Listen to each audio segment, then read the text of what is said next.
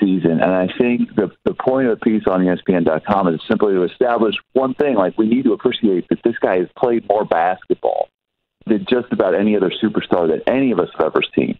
Maybe Kareem's got him, maybe Karl Malone's got him, but in terms of Jordan, in terms of Bird, in terms of Magic, this guy has played hundreds of more NBA games, thousands of more minutes.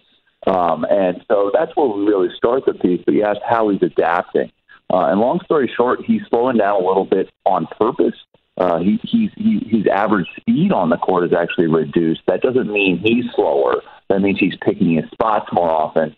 Anybody who watched the bubble knows that this guy at age 35 was still arguably the best athlete on the court almost at all times.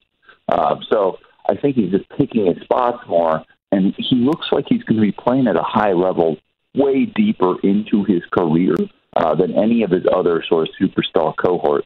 And that's really amazing to me. Kirk, as you weighed in and said Patrick Mahomes is who you're going with on the NFL side, it was a conversation we were having, saying in the NFL, it goes through Patrick Mahomes and that AFC. In the NBA, it goes through LeBron in that Western Conference. With that being said, staying in the West, who is the biggest competitor to LeBron James and those Lakers this season? It's the Clippers. I mean, they have the most talent. They have a guy who has beaten LeBron before, a guy who's a two-time Finals MVP in Kawhi Leonard. I think they have a chip on their shoulder now, too. I think they came out last year, and they sort of fizzled out in the bubble. And either this year they're going to come back with a chip on their shoulder and really play hard, or they're going to reveal themselves to not be that serious of a contender. But that said, I think they're number one, but they're not alone. The Nuggets obviously are a problem. Let's not forget that they got to the Western Conference Finals last year. They're still a young team. Jamal Murray is only going to get better this year. Jokic obviously is a great player.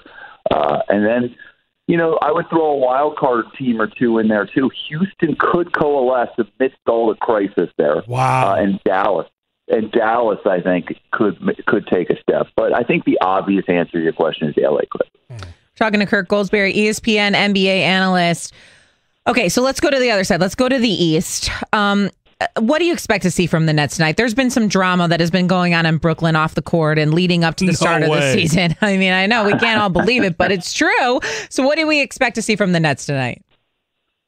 I think we expect to see a reminder of how great Kevin Durant, the basketball player, is. I think some of us have forgotten that, either because he's been hurt for so long or he was sort of buried in this Warriors dynasty for a few years before that. But this guy, remember, if it weren't for LeBron, would clearly be the best player in the NBA for the 2010s. He is an amazing player. He's become an amazing two-way player, but let's start with his offense. The guy is arguably the best scorer in the world. And all eyes will be on him to see if he's 90, 95% of himself, 100% of himself. Because if he is anywhere near what he was before his injury, this guy immediately becomes an MVP candidate and propels the Nets to contender status.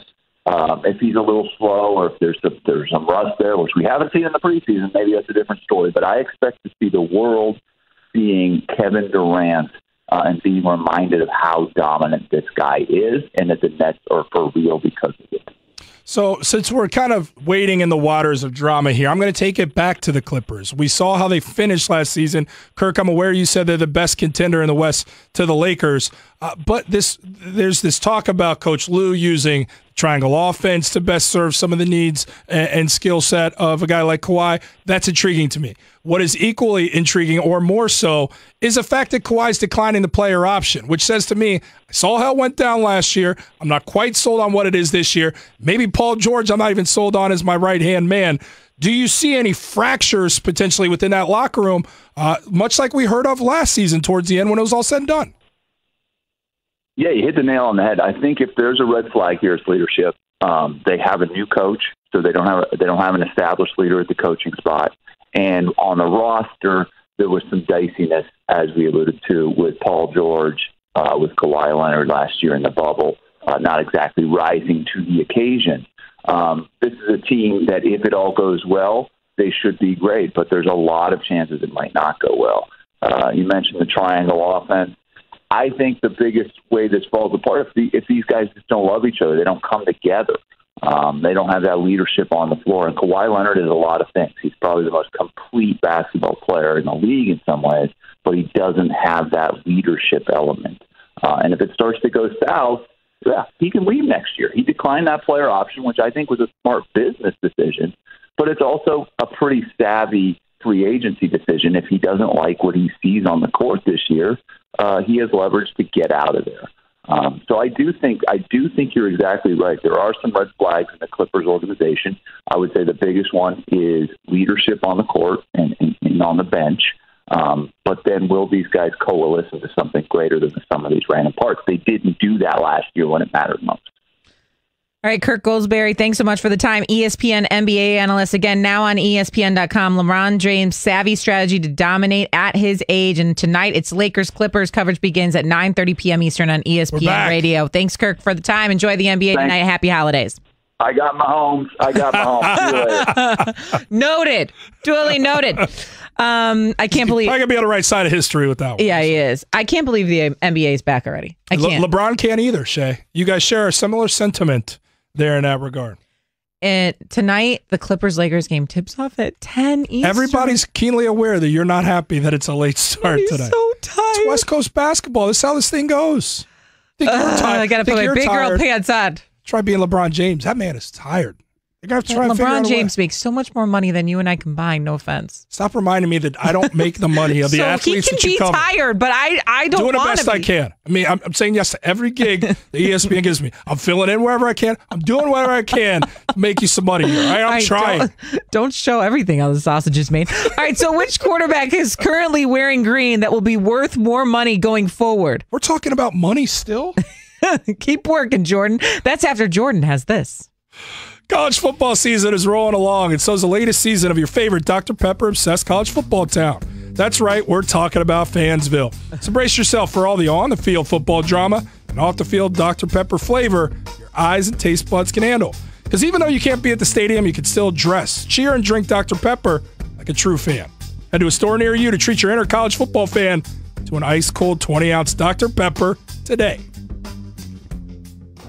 The Bengals stunned the Steelers on Monday Night Football. That's 3 straight losses for Pittsburgh. Is any hope of a Super Bowl? Here's something we can agree on. I think everyone has jumped off the Steelers bandwagon after 3 consecutive losses. And I think a lot of times people look to the media or to fans and they're like, they don't know what they're talking about. Relax, calm down, take a breath. It's 1 loss, it's 2 losses. It's now 3 losses, and everyone kind of saw what was coming. You know what I mean? And so now you look at the Steelers and you're like, I have no idea where to go from here. Jordan, you think Ben Roethlisberger should hang it up. It's all over. Without question. And I'm over here like, okay, settle down. Mike Tomlin's still the coach, and we've seen Ben Roethlisberger do some amazing things. And I think with a little bit of time, a little bit of preparation, a reset button. Yes, I saw it. But I'm a Bears fan. You want to talk about broken offenses? I've seen it my whole life. Okay, hold on. Y'all got a dub this past week with the run game. I also can see it turn around though with the quickness. And I'm saying Big Ben and company can turn that thing around, and they could easily, if they looked how they looked like the Steelers earlier in the season, they could easily beat these next 2 teams. Look at me. No.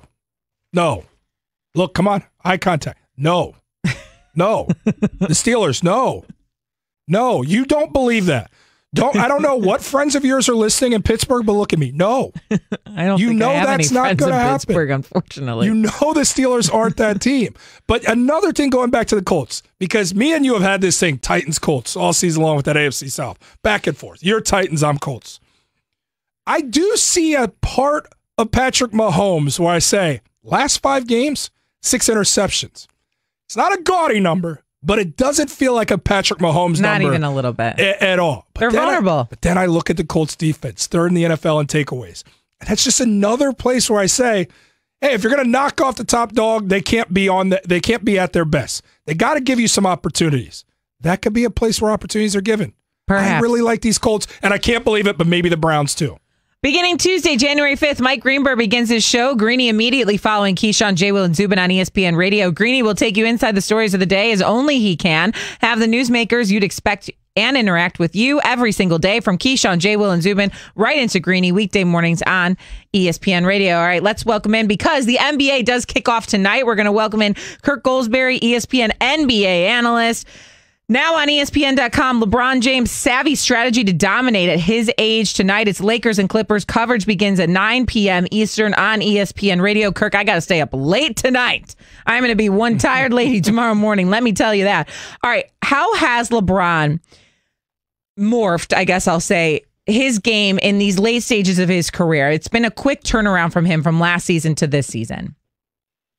Well, first of all, I got Mahomes. I just want to get on the record. But second of all, it's a fair play, Kirk. We respect that. Hey, LeBron is, in his